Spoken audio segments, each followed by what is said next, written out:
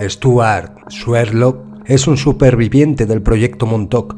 Cuenta que lo eligieron desde que era pequeño porque su ADN es compatible con los experimentos que se estaban realizando en miles de personas, sobre todo en niños. En las instalaciones de Montauk fue entregado por su padre a una sección del ejército de los Estados Unidos que se dedicaba a realizar experimentación psíquica, de control mental y del campo energético vibracional en los seres humanos para luego utilizarlos contra el enemigo. En una entrevista muy interesante que le realizaron, explicó lo siguiente sobre el Proyecto Montauk. In the background here of us is this Sage radar tower. Just looking at that, what does that conjure up for you to be here? Well, even after all these years, and it's been about 30 years, just being here, the energy of the place makes me kind of queasy and unsettled. It's very different now than it was back then. That tower to me represents the transmission of everything that we were traumatized in underground and then broadcast out to satellites in the local area and eventually the world. So this is a very, in my opinion, historic location, but not for the reasons that people think it is. Speaking of the history, before we talk of your specific connection here, for the benefit of our viewers, they've heard of the Philadelphia experiment. That was the event which came before the Montauk project. If we can talk about that, the USS Eldridge. Yeah, that was part of a project back in 1943 during the war when the military was trying to develop a device using Tesla equipment to cloak ships and planes, etc., because in those days radar wasn't as advanced as it was later on. And what they did was tried to cloak this USS Eldridge in the Philadelphia Naval Yard.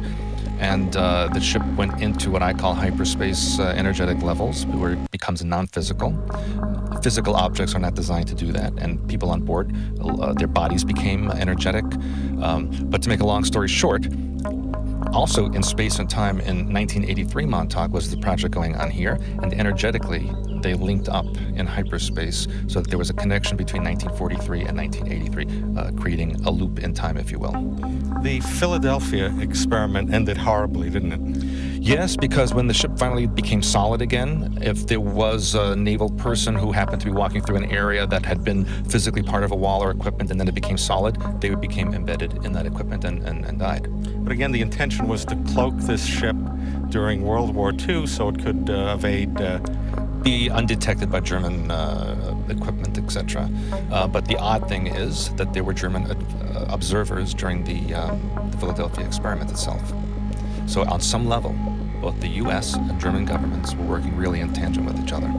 Enter a fellow named John von Neumann, who's, by background, he's the inventor of the modern computer. He takes this research, he was a lead research person, you write, as part of the Philadelphia experiment, and brings that research to Brookhaven National Labs. Yeah, he supposedly was working with the Tesla equipment and then expanding upon that using actually alien technology and then developing a new technology based on the first two that went interdimensional, went beyond physical time and space, and then was able to map out specific points in time and space so that time travel was actually possible. You wrote that he attempted to couple computer technology with sophisticated radio equipment in an attempt to link people's minds with machines. Over time, his efforts were quite successful. After years of empirical experimentation, human thoughts could eventually be received by esoteric crystal receivers and relayed into a computer which could store the thoughts in terms of information bits. A virtual mind-reading machine was constructed. Then Camp Hero comes into the picture. This was an Air Force base. Scheduled to be derelict Air Force base in 1970 because of the Sage radar, which was becoming obsolete. And so they needed a place that was out of the way, and Montauk Point is very much out of the way, especially in those days, where there would not be a lot of eyes prying and people thinking that something strange was going on. And this was an already established underground area, so it was a perfect location to perform these kinds of experiments. So the actual Montauk project began in the 1970s, wasn't it? 1970, to be exact. And that was an outgrowth, really, it's going back even to the Roswell event that happened in 1947 when the alien presence was publicly then known, and then the Cold War was continuing, and there was a threat from the Soviet Union, and people were afraid of what just transpired with the Nazi threat. And so now here was an alien threat, and so what better way to control population other than fear, and then using mind control to enhance that and turn people into a planet of robots, which they've been successful in doing since then. We're looking at the SAGE radar tower, and Congress received a report about this project that was going on here, and they ordered that it be disbanded for fear of having their own minds controlled. This is what you write.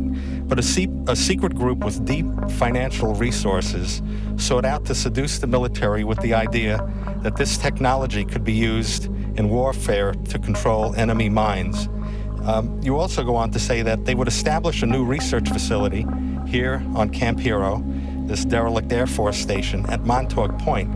And which would really, the interesting point of this is the locale was chosen because it housed the huge SAGE radar antenna, which coincidentally emanated a frequency of 400 to 425 megahertz, which is the band for mind control. Yes, and it also affects human DNA, so that if you transmit that frequency, you can actually alter genetic sequences or actually open or close genetic sequences, depending on what you want to accomplish.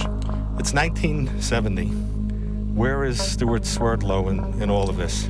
Well, that was a teenage boy living in central Long Island who was brought here occasionally, sometimes days at a time, sometimes just for a night or for a few hours, and used in those experiments and other things, including ritual ceremonies, indoctrinations, all kinds of training that went on here. Supposedly, they never expected myself or any of the others to really survive, and I became an anomaly because I did survive. And not only did I survive, but I retained memory, which I'm not supposed to have.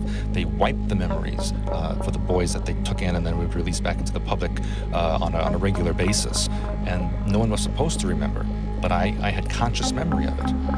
And sometimes, even to this day, as my wife will attest, I have terrible nightmares about these kinds of things, even all these years later. You wrote that there were 300,000, primarily young men. For some reason, boys were utilized as opposed to... Correct. And why was that? Female energy absorbs. Male energy projects out. They wanted someone who could project out energy, psychically, sexually, and in many other ways. And so they used males because male energy, especially when you combine it together, creates a tremendous burst that can be used as a transmission and a download. So when you would, as a young boy, 13 years old, you'd go to sleep, you would have recurring nightmares and images of this place. Yes, and then I would actually be taken at times. And they had the technology here at Montauk to actually create artificial wormholes, and there's a difference between a vortex and a wormhole. A wormhole creates a connection between 2 points in the same reality, and a vortex creates a connection between 2 different realities. So they would create an artificial wormhole in a specific point like my room and actually come into my room to take me and bring me here in a matter of a second. Recurring nightmare that I would be running naked in a warehouse-like environment without any windows in it, running through corridors and hallways trying to hide from these people that were coming after me. These were not alien beings. These were human beings dressed in navy blue and black uniforms with insignia on it. And at the end of each of the nightmare segments, they would always find me and capture me. And it was the same dream over and over and over again. I would also have experiences, mechanical devices were attached to my body, where I would be forcefully, energetically pushed out of my body into a different time and space and location.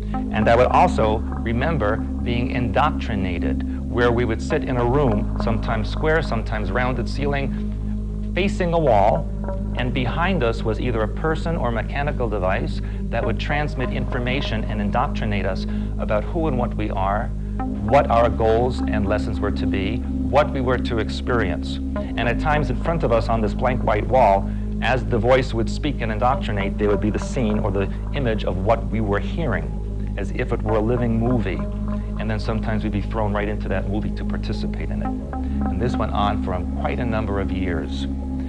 And during that time period, many physical anomalies occurred with me. I had internal bleeding. My eyesight completely diminished so that I could not see physical reality.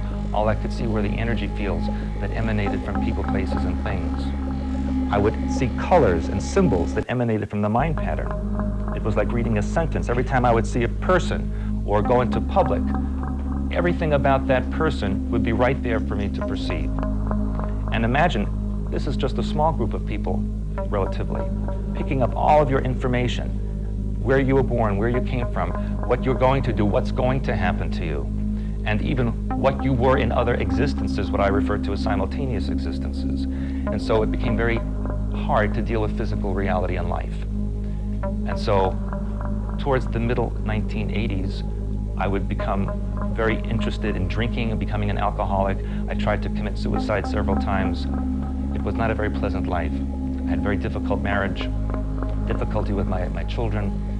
And finally, when things were getting really, really bad, and Peter referred to experiences where I was really entrapped in a legal situation and threatened to be placed in a mental institution for the rest of my life, or even in prison for the rest of my life, if I didn't say and do certain things. Your life from when you were 13 to when you discovered what this was all about must have been a living hell for you. Well, sometimes it still is.